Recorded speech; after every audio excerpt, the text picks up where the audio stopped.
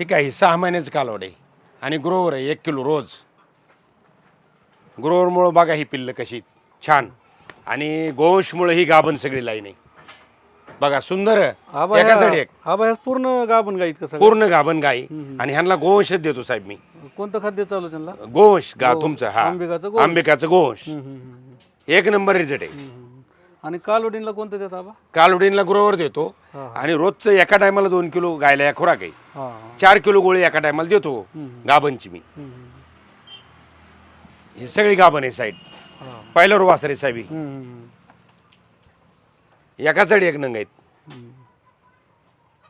फक्त खाद्य व्यवस्थित दिलं ना गुरं एकाचडी एक होत्यात. आणि सगळ्या शेतकऱ्याला विनंती की बाबा पहिलं मुक्त करा कारण मुक्त शिवाय सुख नाही ह्या धंद्यात.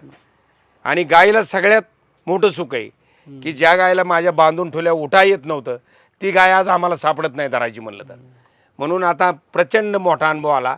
माझा गोठा थोड्या दिवसात 2 एकरात होईल मुक्त गोठा. 2 ते 3 एकरामध्ये गोठा होईल माझा.